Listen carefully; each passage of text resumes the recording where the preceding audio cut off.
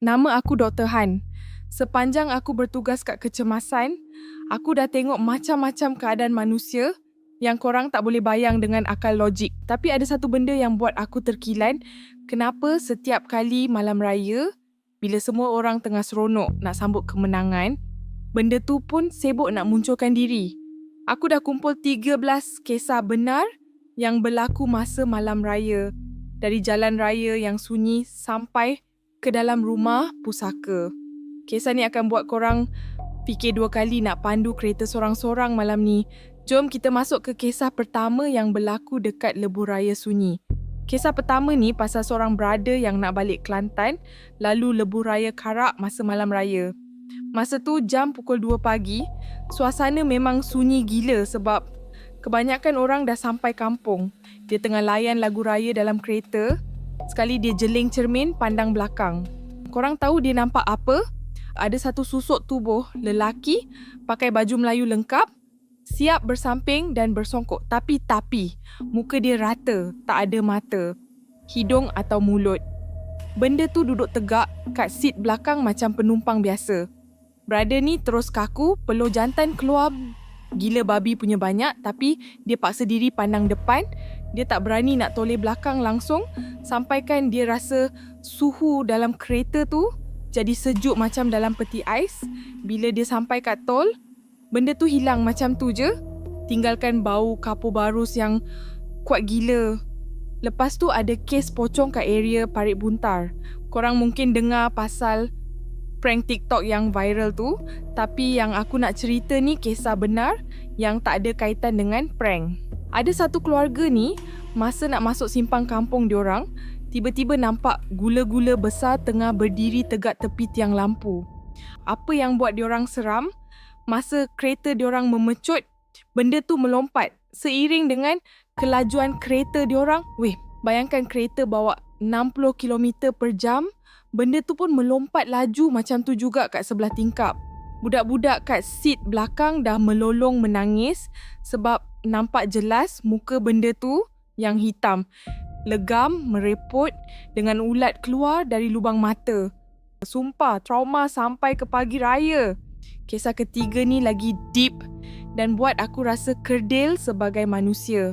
Seorang pemuda berhenti solat kat satu R&R yang sunyi gila jam 3 pagi. Dia masuk surau, tengok dah ada jemaah tengah solat. Dia pun niat jadi makmum masbuk. Tapi masa dia tengah tahiyat akhir, dia perasan kain sarung jemaah depan dia tu sebenarnya kain kafan yang dah kusam, kotor dengan tanah. Dan bau dia, bau bangkai yang teramat sangat. Masa imam bagi salam, semua jemaah tu toleh kat dia dengan muka yang dah hancur, tak ada rupa manusia tak apa. Dia terus lari tak cukup tanah, sampaikan selipar pun dia tinggal. Pernah tak korang kena potong dengan kereta klasik masa tengah memandu malam-malam? Ada sepasang suami isteri ni nampak satu kereta lama potong diorang kat highway Pantai Timur. Masa kereta tu sebelah-sebelah, si isteri tertengok bahagian pemandu. Sumpah, pemandu tu tak ada kepala, geng. Cuma ada baju kemeja putih yang lencun dengan darah. Kereta tu terus memecut laju gila sampaikan hilang dalam kegelapan kabus malam raya tu. Ada juga yang tersesat masuk jalan lama kat tengah hutan masa nak elak jam. Masa tu diorang dengar suara takbir raya yang sayu gila. Suara tu bukan dari radio tapi datang dari celah-celah pokok besar yang gelap. Bunyi dia macam ribuan orang tengah bertakbir tapi dalam nada yang menangis hibah. Hati aku kuat cakap itu bukan manusia, tapi jin yang tengah meratap. Sebab sesuatu yang kita tak tahu. Last sekali untuk bahagian jalan raya ni, kisah budak college tunggu bas terakhir malam raya kat satu bus stop sunyi. Dia ditemani seorang nenek tua yang peramah gila. Tapi bila bas sampai dan lampu bas suluh kat kaki nenek tu, budak ni perasan kaki nenek tu tak mencecah tanah pun. Dia terapung sikit. Budak tu terus tak jadi naik bas. Dia lari balik rumah sewa dia sekuat hati. Tapi korang tahu tak, gangguan kat jalan raya ni sebenarnya Pemanas je sebelum korang sampai ke rumah pusaka yang dah lama ditinggalkan. Bila korang dah sampai kampung, jangan ingat korang dah selamat sepenuhnya. Rumah pusaka ni selalunya ada penghuni, asal dia sendiri yang kita tak nampak. Kisah ketujuh ni pasal sepupu aku sendiri. Masa kita orang tengah sibuk tukar langsir malam raya kat rumah Nini. Tengah sedap gelak-gelak, tiba-tiba kita orang dengar bunyi cakaran kuku yang sangat tajam dekat atas zinc rumah. Bunyi dia shrit-shrit, macam ada benda tengah merangkak laju kat atas bumbung tu.